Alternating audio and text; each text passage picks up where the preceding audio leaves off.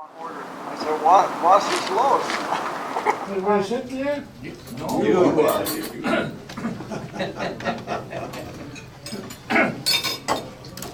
Welcome aboard, Robert. So, and with that, let's just have a word of prayer before we get started and give our honor to God who called these service members. This is a special calling, actually. It's not a career move, as some people would probably say, but it is a calling by God that we are here to serve our country. Our gracious Heavenly Father, we thank you for this beautiful day that you have arranged for us to place these flags with the purple streamer, signifying these are our soldiers, our veterans who have received the Purple Heart for being wounded or being killed in combat. We pray, Father, that as we place these flags and as we share their names, that, Lord, we may honor them and thank them for the freedom that they have given us for this day, for us to even put these flags out. And Father, as these flags are out, as people who come through the cemetery each day to just do whatever they do here, just to walk around, or those who have family members here and they come to pay their respect to their family and their loved one, we pray, Father, that as they see these flags with the purple ribbons, that they will take a moment and say, thank you, Lord, for these men who have given their lives, who have sacrificed themselves so that we can have the freedom that we have in our country today. Bless us, O Lord, and as we walk these grounds, they are sacred and holy grounds. In Jesus' name we pray. Amen. Okay, so next one is David Birdall. This is easy to That one find. doesn't have a ribbon. It's right there. Birdle? Birdall, David Birdall. This is the one that was, his body's still in Vietnam. Yep.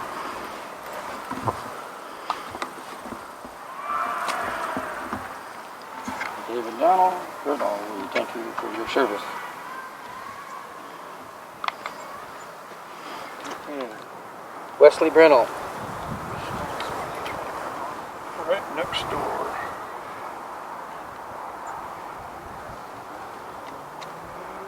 Wesley Craig Brennell, we thank you for your service. Lawrence Esser.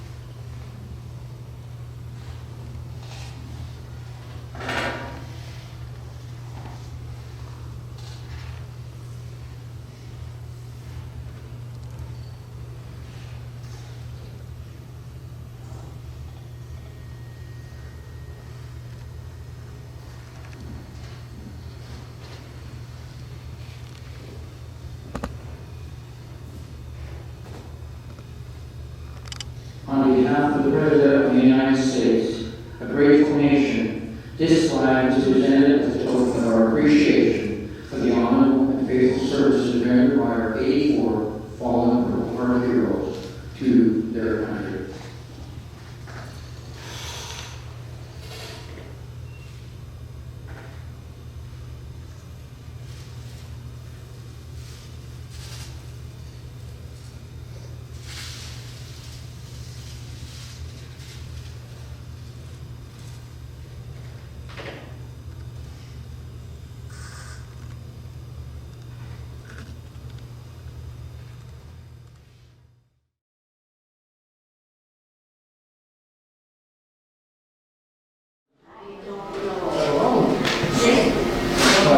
I remember years ago when I went through my divorce, I told the Lord I'd never see anything. I was walking down the street from San Diego one night. really depressed.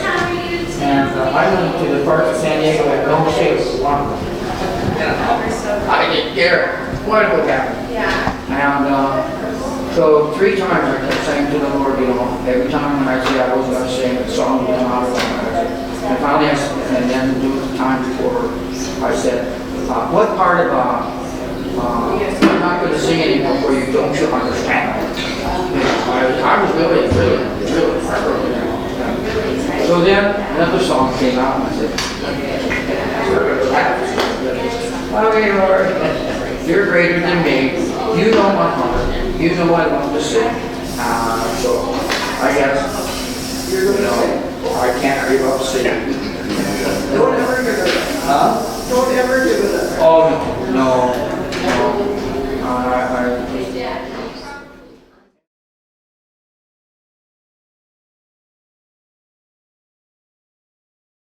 He is the colonel. Let's head on over to Mina and do our thing. Okay. You're the boss, Richard. No, I'm still God's boss. I'm just a servant. I didn't know he had all that information. I thought it was just birth and death. So Mary, I'll have you stand right here in the middle facing us. And we'll stand right here. Okay, here we have Captain Mina Andy Austin. Captain Mina was a nurse in the U.S. Army Nurses Corps of World War I and World War II. An angel of baton and prisoner of war of Japanese in the Philippine Islands during World War II. Born April 19th in 1890 in Wilmar, Minnesota, Captain Austin trained as a nurse at Columbus Hospital, Great Falls, Montana. She entered the U.S. Army Nurses Corps at Great Falls on July 11, 1918. She served as a nurse, U.S. Army Nurses Corps, in World War I, and in the Philippine Islands as a prisoner of war of the Japanese in World War II. She never married. Before the Japanese attacked on Pearl Harbor, the Army assigned then 2nd Lieutenant Austin to Sternberg Hospital, Manila, Philippine Islands. The Army sent her to Bataan Peninsula in December of 1941. When Bataan fell, the Japanese took 2nd Lieutenant Austin and the remaining nurses as prisoner of war and moved her to Fort Mills, Corregidor Islands until August 1942. The Japanese then moved 2nd Lieutenant Austin to Santo Tomas prisoner of war internment camp in Manila, where she remained and served for nearly 2 years and 10 months. She was one of the 66 U.S. Angels of Bataan. The U.S. Army freed Santo Tomas on February 3, 1945. After her freedom from captivity, now Captain Austin went to Letterman Army Hospital, San Francisco, California, to recuperate and serve for the next 2 years.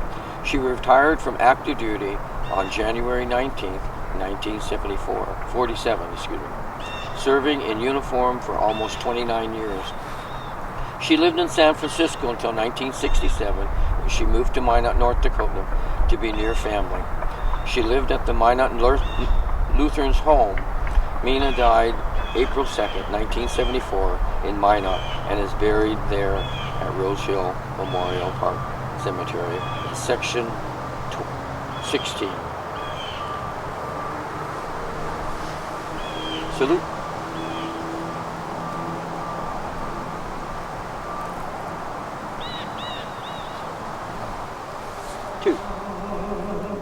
He answered, his country's call to arms into battle to go, where his final destination known only unto God.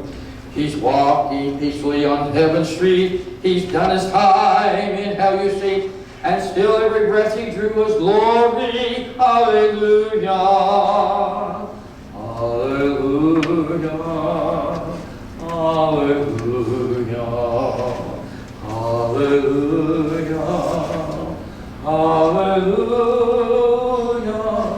hallelujah, hallelujah.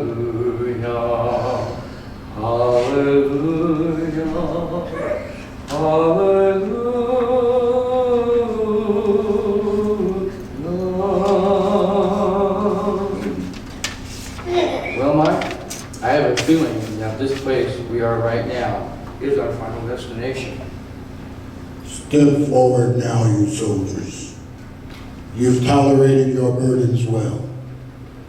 Walk peacefully on heaven's streets. You've done your time in hell. Look, Mike, do you see what I see coming toward us? Yes, I do, Richard. I believe they are angels. They're going to escort us into heaven. Mike, there's one thing I need to do before we leave this place. And what is that, Richard? You see that POWMIA table over there? I need to leave my helmet on that table. Or I will not need it up here. Let me go with you, and we can do it together.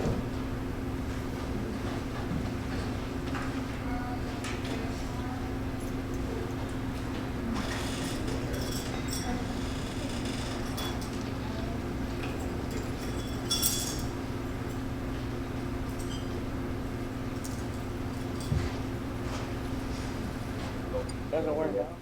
Okay, we're gonna let Renee go ahead and share about the Wellington. We're supposed to have. As Richard said, my name is Renee and I'm with the Wellington, so thank you so much for having me today.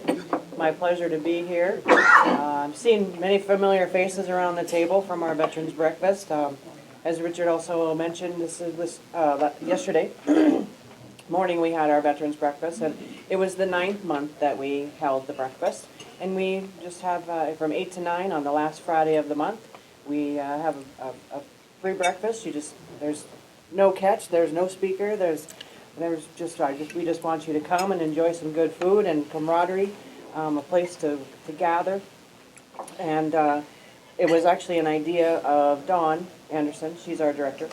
I started with the Wellington in January, and it was already in the works when I started. So you can thank her, and we just carry it out as a team. It's our pleasure. It's my favorite Friday morning of the month, so it's fun to see everybody come in. And we've had anywhere from probably 15 to 40 in the morning, and it kind of varies depending on what's going on. So, and the reason we don't have a speaker is we want folks to feel welcome to come anytime between that 8 and 9 a.m. So we just want you to come in and visit with each other. It's a good place to gather, and we have veterans that live among us in our community. And when I mention community, that is the Wellington. We are not a facility. We are a community of folks that live together, and so we do have several veterans that live with us. And if you've been to the Wellington, how many have been to the Wellington? Pretty much everyone around the table, I think. Mm-hmm. You've probably noticed our veterans wall. And we have past and present veterans on our wall, meaning the folks that have resided there and have passed on. At any time we have a new resident come in, that's one of our questions, if they'd like to be included. It is their choice whether they'd like to be included on that wall, and we rarely have anybody decline. So it was a mural that was painted by a former employee, and so it's very special to us. And so please, if you do come in there, take a look at all the pictures. So again, that's every last Friday of the month, and that is just special for our way to say thank you for your service, and we want you to feel welcome anytime. So. It's very nice to see how many of us are still burdened. Yeah. And we're usually. Have a good day, everyone. And thank you.